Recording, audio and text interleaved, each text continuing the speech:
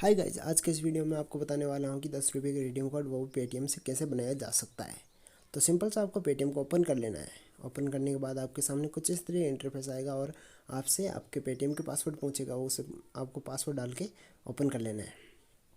Paytm open करने के बाद इस तरह का इंटरफेस आएगा। नीचे स्क्रॉल करके नीचे चले जाना है। यहाँ पर आपको व्यू मोर का ऑप्शन दिखाई देगा, इस पर क्लिक कर देना है। इस पर क्लिक करने के बाद कुछ इस तरह का इंटरफेस आपके सामने आएगा। नीचे स्क्रॉल कर लेना है और गूगल प्ले रिचार्ज पे क्लिक कर देना है। गूगल प्ले रिचार्ज पे क्लिक करने के बाद आपसे अमाउंट पूछेगा, अमाउंट डाल देना है आपको। अमाउंट डालने के बाद कुछ इस तरीके का इंटरफेस आपके सामने आएगा। सिंपल से आपको प्रोसेसिंग पे क्लिक कर देना है। यहाँ पे प्रोसेसिंग का आपको ऑप्शन दिखाई देगा, इस पर क्लिक कर देना है। इस पर क्लिक करने के बाद आपके सामने कुछ इस तरीके का इंटरफेस आएगा, सक्सेस हो गया है।